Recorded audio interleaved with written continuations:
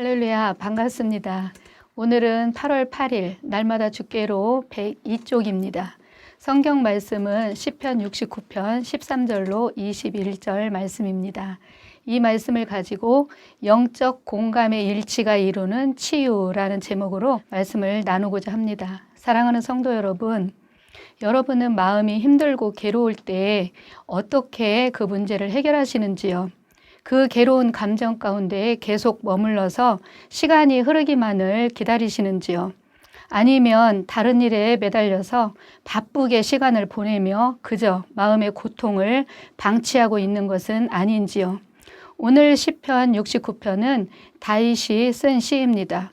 그런데 시라고 말하기보다는 고통 중에 부르짖는 절규라고 해야 더 적절할 정도로 큰 고통 가운데 있는 것을 보게 됩니다.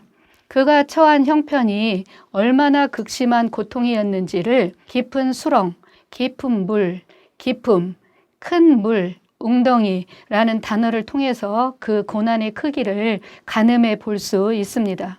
그런데 그 문제를 어떤 사람을 찾아가 하소연한 게 아니라 하나님께 가지고 나와 간구하는 내용으로 되어 있습니다. 첫 번째로 들어가 봅니다. 시인이 하나님께로부터 기대하는 응답은 무엇일까요? 13절입니다. 여호와여 나를 반기시는 때에 내가 주께 기도하오니 하나님이여 많은 인자와 구원의 진리로 내게 응답하소서.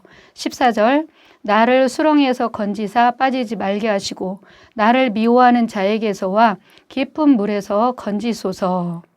시인은 나를 반기시는 때라는 말로 시작을 합니다. 이제는 주님께서 나를 이 고통의 문제에서 구원하실 하나님의 때라는 것입니다. 다윗을 그렇게 고통스럽게 했던 문제가 무엇이냐면 자신을 이유 없이 미워하는 자들이 있는데 그 사람이 한 명이 아니라 자기의 머리털보다도 많다는 것입니다.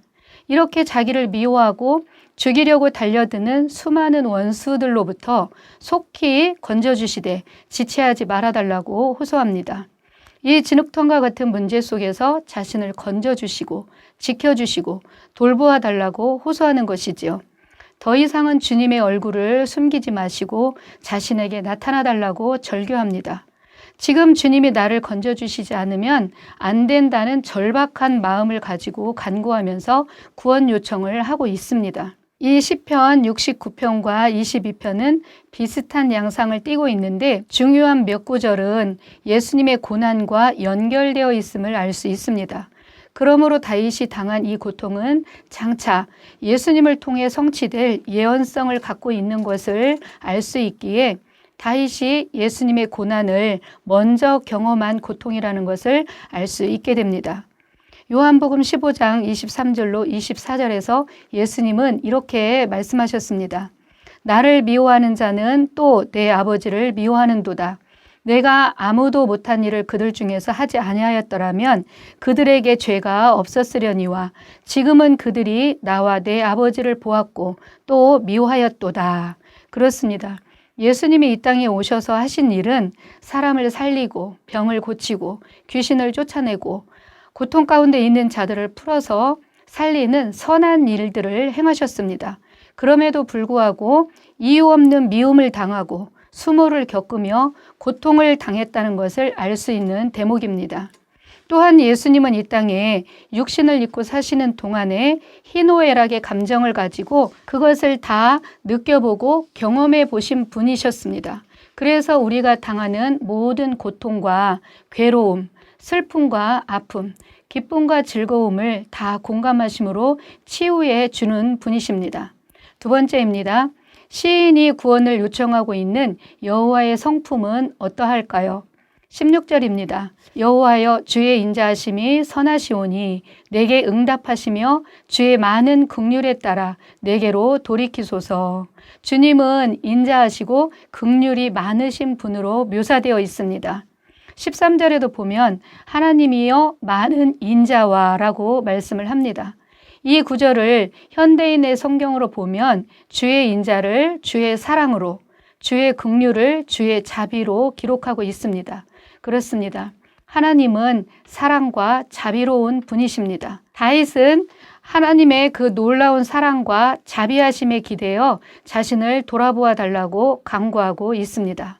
사랑하는 성도 여러분, 그렇다면 하나님이 이렇게 사랑이 많으시고 또 자비로운 분이신데 왜 당신의 백성들이 고난당하는 것을 허용하시는 걸까요?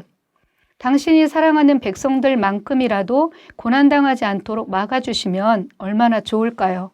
그런데 그렇게 하시지를 않지요. 믿는 자나 믿지 않는 자 동일하게 고난을 당합니다.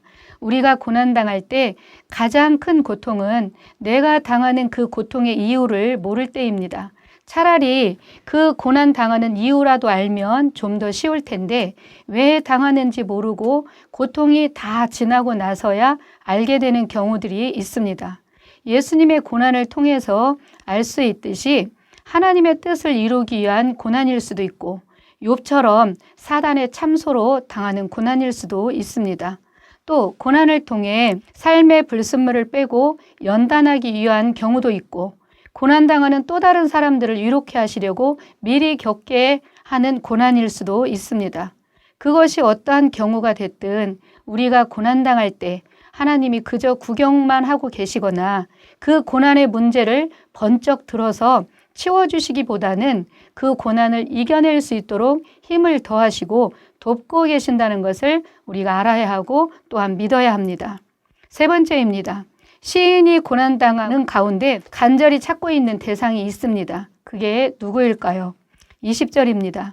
비방이 나의 마음을 상하게 하여 근심이 충만하니 불쌍히 여길 자를 바라나 없고 긍휼히 여길 자를 바라나 찾지 못하였나이다. 21절.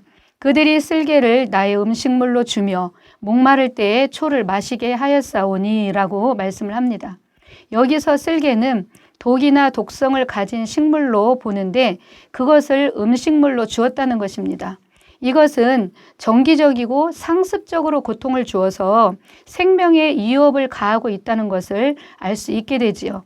그렇게 다윗은 자신을 비방하고 모욕하는 자들로부터 당하는 고통이 너무 커서 자신을 불쌍히 여겨줄 자, 자신을 위로해 줄 자를 간절히 찾고 바랐지만 한 명도 없었다고 아파하고 있습니다. 다윗이 얼마나 힘들고 괴로웠을까요? 그런데 19절에서 다윗은 놀라운 반전의 고백을 하고 있습니다. 주께서 나의 비방과 수치와 능욕을 아시나이다. 나의 대적들이 다 주님 앞에 있나이다 라고 말씀을 합니다. 절규하듯이 자신의 문제를 주님께 다 쏟아내며 간구하다가 그는 깨달았습니다. 원수들이 나를 얼마나 힘들게 하는지, 내가 당하는 고통이 얼마나 큰 것인지, 자신을 힘들게 하는 원수들의 악행이 어떠한지 주님께서 다 아신다고 확신을 했을 때에 그는 새 힘을 얻게 되었습니다. 주님께서 이 모든 상황을 다 아신다고 확신했을 때, 주님이 나의 아픔과 외로움을 공감하신다는 것을 알았을 때 지금 당장 아무것도 달라진 것이 없었지만 그는 마음에 새 힘을 얻을 수 있었습니다. 종국에는 주님께서 내 억울함을 다 풀어주시고 자신을 건져주실 것을 확신하는 가운데 찬양을 선포하고 있습니다. 30절입니다. 내가 노래로 하나님을 찬양하며 감사함으로 그 위대함을 선포하리라. 아멘. 적용입니다. 사랑하는 성도 여러분, 내가 고통당할 때에 누군가 곁에서 내 마음을 알아주고 위로해 줄 자가 한 사람만 있어도 좋겠다는 생각을 해보셨나요? 내 고통스러운 이야기를 다 털어놓아도 괜찮을 믿을 만한 한 사람, 내가 괴롭고 아플 때 언제든지 찾아갈 수 있는 누군가 한 사람만 있었으면 하는 생각을 해보셨는지요? 내가 너무 힘들 때는 내 이야기를 편견 없이 다 들어주고 공감해 줄 사람이 단 한 명만 있어도 숨이 쉬어질 것이며 위로를 받을 것이며 그 고통을 거뜬히 이겨낼 힘을 얻게 될 것입니다. 전도서 4장 12절에 보면 이런 말씀이 있습니다. 한 사람이면 패하겠거니와 두 사람이면 맞설 수 있나니 새 겹줄은 쉽게 끊어지지 않는다. 이 말씀을 통해 알 수 있듯이 믿음 안에서 영적으로 공감하고 함께 해줄 사람이 곁에 있다는 것은 큰 복입니다. 사랑하는 성도 여러분, 오늘은 누군가에게 내가 그렇게 힘을 주는 사람이 되어야 되겠다는 마음으로 하루를 시작했으면 합니다. 오늘도 모두 화이팅입니다.